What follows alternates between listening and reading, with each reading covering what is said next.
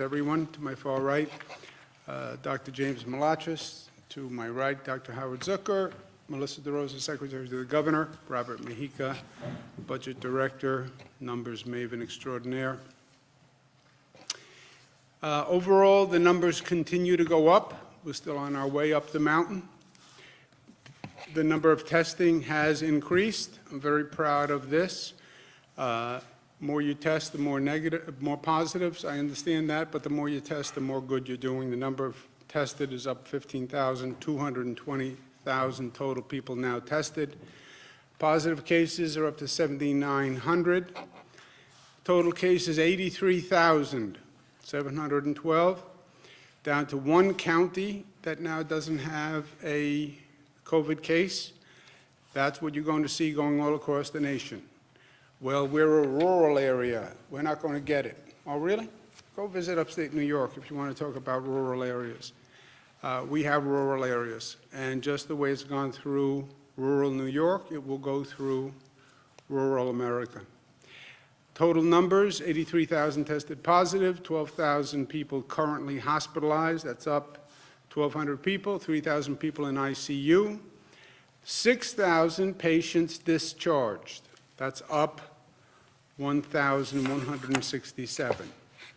People go into the hospital, they get better, they leave the hospital. Most impacted states, New York is at 83,000, New Jersey is at 18,000. That's Governor Phil Murphy, who's been a great partner to me, a great partner to the people of this state. Governor Ned Lamont, also in Connecticut, has been a great partner. We've done a lot of great work as a region, which is very unusual. You know, those lines between states often become walls, not with Governor Murphy and not with Governor Lamont. We're working together, and we're going to work cooperatively with New Jersey because they have a real problem. California's ticking up. Michigan's ticking up. Florida is even ticking up. Massachusetts, but no one is anywhere near where we are, right? 83,000 compared to 18. Number of deaths, 1,900, up from 1,550. That number will continue to go up. That is people who have been on ventilators for a period of time. If you go on a ventilator, there's roughly only a 20% chance that you will come off the ventilator. The longer you're on the ventilator, the lower the chance you come off. We're still looking for a curve. We're still looking to see where we hit the plateau. Total number of new hospitalized. Again, you see the number goes up and down, but the overall trajectory of the number is up. Change in ICU admissions, bounce here, bounce there, but the overall number is still up. Change in intubations, same thing. The line is basically a line that is going up. Change in number of discharged, line is going up. Why? More people going in, more people treated, more people coming out. Everyone asks the same questions, and they're all good questions. When is this going to be over? What happens? How does it end? And people want answers. I understand people want answers. I want answers. But the answer is nobody knows for sure. Anyone who goes on cable TV and says, or network TV and says, this is what is going to happen, it's not true. Nobody knows what's going to happen. And I understand the need for closure, the need for control. We're at a place we've never been before. We're out of control. I need to know. I need to know. Nobody can tell you. What you do know are facts. And, you know, facts are funny things. What you're now getting are subjective facts. People who are optimists want to interpret it one way. People who are pessimists want to interpret the other way. People who bring their own subjective agenda tend to interpret the numbers a different way. For me, facts are facts. And the facts that we offer the people of this state and the people of this country. They're not pessimistic facts or optimistic facts. They're not interpreted facts. They are just the best information we have as of this time. And I think that is empowering and in some ways relaxing. As I've mentioned to you who've worked with me, I say to my team all the time, I'm interested in your opinion, but I'm interested in your opinion second. I'm interested in the facts first. And give me the facts unjaded by your opinion. Because once a person has an opinion, or once a person wants a certain outcome, and they look at the facts through that filter, then you can interpret facts differently. Just give me the straight facts. Sergeant Joe Friday, just the facts, ma'am, just the facts. No opinion. There's something empowering to that. We look for the facts to projection models. That's how we gauge what we do. We follow the projection model. Every day you get additional data, they run that data into the model, and they refine the model. And basically, we then have a composite model, because you have many different people out there with many different models. We use McKinsey, which is a consultant to the state, for this purpose, to basically look at all the models and come up with a composite model. And if people wonder, well, where do you get these numbers, Governor? How do you decide what you're going to do? We have a model, we have a projection, and that's what we follow.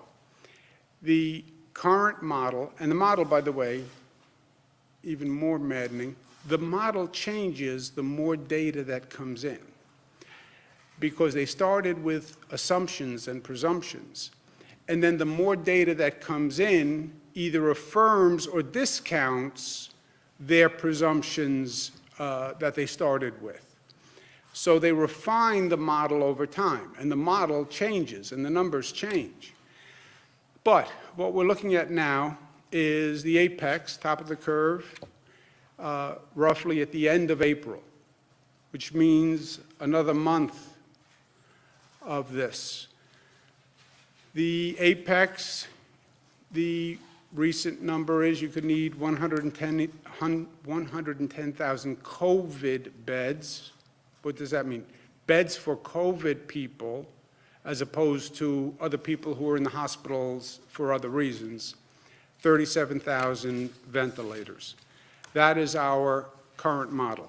That model is based on minimum or minimal impact from social distancing. Meaning what? One of the great variables is how effective is the social distancing?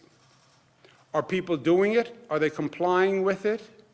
And to what extent and how effective is it? Nobody knows that answer. So they do different projections depending on how well social distancing works, how well people comply with it, and then how effective it is. Minimal social distancing impact is where we get the 110,000, 37,000 ventilators. High compliance with social distancing, you still have 75,000 COVID beds as opposed to 110, you're 25,000 ventilators, okay? So when I keep pushing for high compliance on social distancing, it's because high compliance on social distancing will reduce the number. This is what they began talking about, flatten the curve, flatten the curve, flatten the curve with social distancing. This says, this is the difference between high compliance with social distancing and less compliance. If you have high compliance, you're down to 75,000 COVID beds, 25,000 ventilators. Less, it goes up to 110 and 37. Interestingly, both are looking at the same point of apex. It's just a lower apex. Both models say you apex at the end of April, just lower, a lower need at that apex. And that is what we want, because this all comes down to, at the apex, Can your hospital system manage the volume of people coming into the hospital system? That's all this is about at the final analysis. Now, there are also different models out there based on different presumptions. People studied China, people studied Wuhan. Well, if you have the same compliance that you had in Wuhan, Wuhan basically just locked up society. I don't even know that if the federal government enacted the Wuhan model that the American people would comply. We have a totally different social structure, governmental structure. So you have different models that project higher or lower. What we're doing with McKinsey is studying all of them and coming up with a moderate model that is a basis for us to make planning decisions, because I have to make decisions. And I want to make the decisions off the numbers, so that's what we're doing. It's not to say that there aren't other people with other opinions. There are many people with many opinions. And some have the apex happening sooner, some have the apex happening later. You can find people who believe the apex will come in 7 days. You can have people who say the apex won't come for 6 weeks. You have that kind of range. You have a broad range on the number of beds. You have a broad range on the number of ventilators. Our course, for planning purposes, is a moderate model, because in truth, the higher models, we don't even have a chance at meeting that capacity anyway. You say over 110,000 beds. There is no possible way we could get there. So in some ways, an overly aggressive estimate doesn't even mean anything to us, because it's just unachievable. People ask, well, what's going to happen? And Dr. Fauci said yesterday or the day before, the days blend together, estimated 100,000 Americans may pass away. Some people have said 100 to 200,000 Americans may pass away before this is over. When is it over? When you achieve what they call herd immunity. How do you say 100 to 200? That's a broad range. Well, it goes back to the other point. Nobody really knows. But 100 to 200, you're saying a significant amount of people lose their lives. There is a group that is funded by the Gates Foundation, thank you very much, Bill Gates, that projects 93,000 Americans will lose their life by the time this is over. That model suggests 16,000 New Yorkers will pass away by the time this runs its course. My guess is, so when Dr. Fauci says 100,000, there are models out there that make these types of projections. And what would that mean to New York? That would mean about 16,000. Frankly, that would mean that New York is only 16% roughly of the number of deaths. I don't even understand that, since New York is so much higher right now. But what that does say to the rest of the nation is, this is not just New York. If you believe these numbers, 16,000 deaths in New York, that means you're going to have tens of thousands of deaths outside of New York. So to the extent people watch their nightly news in Kansas and say, well, this is a New York problem, that's not what these numbers say. It says it's a New York problem today. Tomorrow, it's a Kansas problem and a Texas problem and a New Mexico problem. That's why I say to my fellow governors and elected officials all across this country, look at us today, see yourself tomorrow. And let's address it in New York, and let's cooperate to address it in New York, because it's going to be in your town tomorrow, metaphorically. And if we learn how to do it right here, or learn how to do it the best we can, because there is no right, it's only the best we can, then we can work cooperatively all across this country. The other thing this model says, people say, well, when is it over? 2 weeks, 3 weeks, 4 weeks? This model projects you're going to have a high death rate through July. If this model is correct, this could go through the summer. Now, other people talk about getting back to work, starting the economy, April, May, June. This model says it could go on through July. Now the questions become nuanced. Well, could you still be dealing with the virus and get the economy up and running and get people out of their homes? Yes, I think there are ways to do both. Not picking between human life and the dollar bill, because no one is going to pick a dollar bill over human life. But can you come up with a public health strategy that is consistent with people getting out of their homes and starting to get back to work? Yes, you can.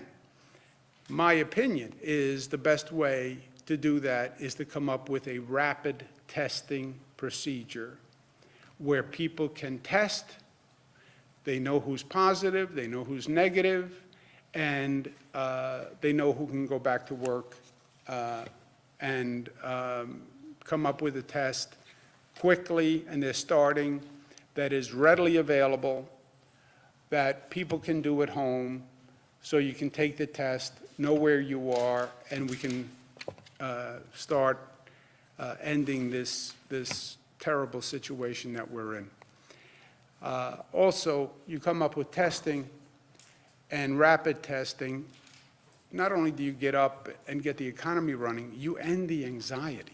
The anxiety is what is most oppressive here. Not knowing if I'm positive, if my friend is positive, if my loved one is positive, not knowing when this is going to end. The anxiety of dealing with this isolation day after day after day. It's like a bad Groundhog movie, you know? Day after day after day. When does it end? How does it end? I don't know. I'm out of control. I think that testing is going to be the best mechanism to try to work through that. On the good news front, we have new testing available in New York. Regeneron, which is a great New York company, has created 500,000 testing kits at no charge. Thank you, Regeneron. And they are distributing them across the state. Corning, another great company, has donated 100,000 tubes and $500,000 at reduced cost, so we can do more tests. New York is very aggressive on testing. We have been from day one, and we think that has helped us slow the spread of this virus. My favorite topic, young people must get this message, and they still have not gotten the message. You still see too many situations with too much density by young people. They can get it. They're putting their lives at risk. This can kill young people, rare circumstances, but it can.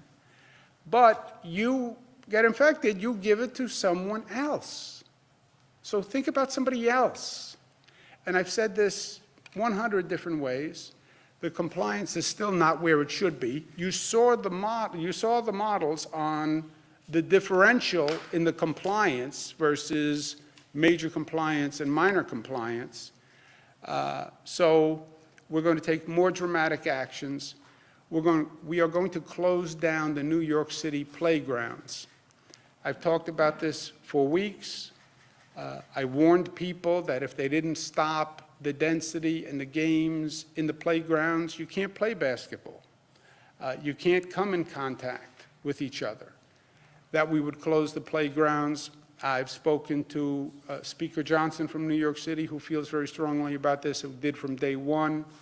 We agreed initially with the mayor that we would try compliance, and the mayor was going to try to use the NYPD. to enforce compliance, social distancing in playgrounds. It is still a problem. We're working with the speaker, we're working with the mayor, but we're going to close down the city playgrounds and leave the open spaces available. So use the open space in a park, walk around, get some sun, great. No density, no basketball games, no close contact, no violation of social distancing, period. That's the rule. Other good news, we are working with all the hospitals in the state to do something they have never done before, which is to act as one, to cooperate, to share supplies, share staff, support one another, shift patients among hospitals, which really has never happened to any great extent. And the hospitals have been very cooperative, and I want to thank them very much. In this war, we must plan forward for the next battle, meaning we have been behind from day one. This virus has been ahead of us from day one. You don't win a war that way. The next battle is the apex. The next battle is on the top of the mountain. You see that curve? You see a curve? I see a mountain. The next battle will happen at the top of that mountain. That's where it is going to be joined. And that's where the enemy either overwhelms our healthcare system or we are able to handle the onslaught of the enemy at the top of that mountain. And that's what we're planning for every day. But I want to offer you a different perspective that I'm starting to think about, and I think we all should start to think about. As a society, beyond just this immediate situation, we should start looking forward to understand how this experience is going to change us, or how it should change us, because this is going to be transformative. It is going to be transformative on a personal basis, on a social basis, on a systems basis. We're never going to be the same again. We're not going to forget what happened here. The fear that we have, the anxiety that we have, that's not just going to go away. When do we get back to normal? I don't think we get back to normal. I think we get back, or we get to a new normal, right? Like we're seeing so many facets of society right now. So we will be at a different place. Our challenge is to make sure that transformation and that change is positive and not negative. Let's make sure we're taking the positive lesson and not the negative lesson. You could get wary of intimacy and contact and density. Social distancing, don't go near anyone. What a terrible thing to live with as a human being. What a cruel torture. Isolate yourself from other people. Be afraid of hugging someone. Just think how emotionally and personally repugnant that concept is, right? We crave human connection. And now we're being told that could be dangerous. You can't kiss, you can't hug, you can't hold hands. So how we come out of this and making sure that it's positive and not negative?